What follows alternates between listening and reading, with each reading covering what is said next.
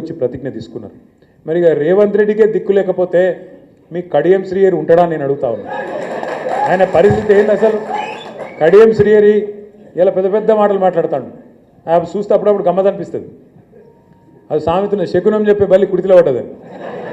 అరే అసలు తెల్లారలేస్తే నీతులు మాట్లాడతాడు. ఏదో పెద్ద పెద్ద నీతివంతమైన మాటలు. ఆయన ఒక్కడే మేధావి, ప్రపంచంలో లేడీ ఎవరికి తెలియలేదు, ఈయనకేమున్నది అన్నట్టు పోజులు కొడతాడు. మరి గన్ని శకునాలు చెప్పే పెద్ద మనిషి, గన్ని నీతివంతమైన డైలాగులు కొట్టే పెద్ద మనిషి ఏమన్నా ఇచ్చేస్తుంటే రాజీనామా చేసి ఎలక్షన్కి రా, దమ్ముంటే చూసుకుందాం. రా గన్పూర్లో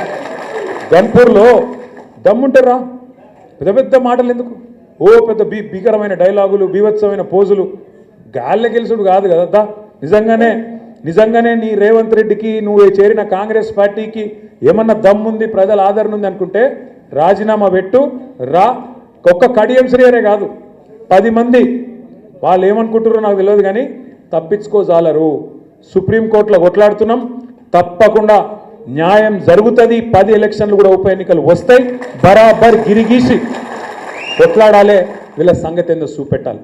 దయచేసి నేను మిమ్మల్ని కోరేది ఒకటే, ప్రజలకు కూడా ఇప్పుడిప్పుడే అర్థమవుతున్నది, మోసపోయినామని అర్థమైంది. మనకు ఓటైన వాళ్ళు కూడా ఇప్పుడు బాధపడతాను. ఇక బయటికి చెప్పుకోలేరు ఇమ్మీడియట్గా, కానీ కొద్దిగా టైం పడుతుంది, కానీ బాధపడతాను. కానీ ఇది మంచిదే, మనకు ఇది ఖచ్చితంగా మన మంచికే. ఎందుకంటే ప్రజలకు కూడా తెలిసి రావాలి. అప్పుడప్పుడు గాడిదని చూస్తేనే గుర్రం విలువ తెలుస్తుంది, చీకటిని చూస్తేనే వెలుగు విలువ కూడా తెలుస్తుంది. రేవంత్ రెడ్డిని చూస్తేనే కేసీఆర్ విలువ కూడా ఇలా అర్థమవుతుంది. ఇది వాస్తవం.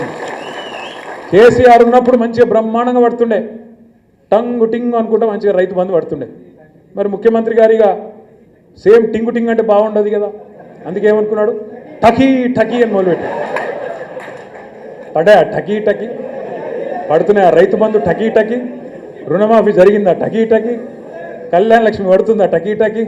ఒక్కటన్నా ఏదన్నా టకీ టకీ ఒక్క కాడ మాత్రం పడుతుంది. ఎక్కడ? ఢిల్లీలో మాత్రం మోగుతుంది టకీ టకీమని. ఇటుకెళ్ళి సంచులు మోయాలి, ఢిల్లీలో ముఠ చెప్పాలి, పదవిగా పడుకోవాలి. గంతే కదా, ఒక్కటే ఉన్నది టకీ టకీ అని దోసుకోవాలి. ఇక్కడ బిల్డర్ల కాడ, కాంట్రాక్టర్ల కాడ, భూముల సెటిల్మెంట్ల కాడ గదే పని.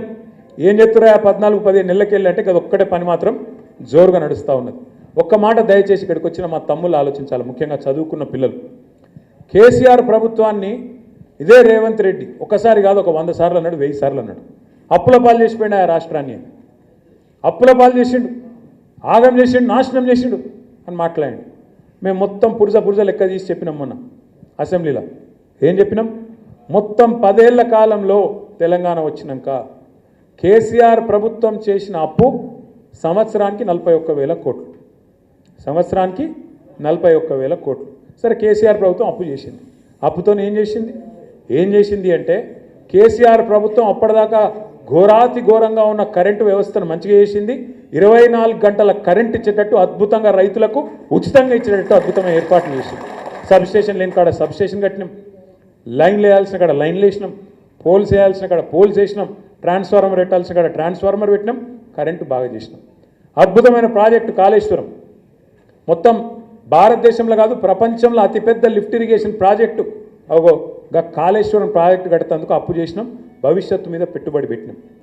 నల్లా నీళ్ళు లేని దుస్థితి, ఆడబిడ్డల నెత్తి మీద కుండ పెట్టుకొని, బిందె పెట్టుకొని కిలోమీటర్లు పోయే అవస్థ ఏదైతే ఉండేనో దాన్ని మిషన్ భగీరథ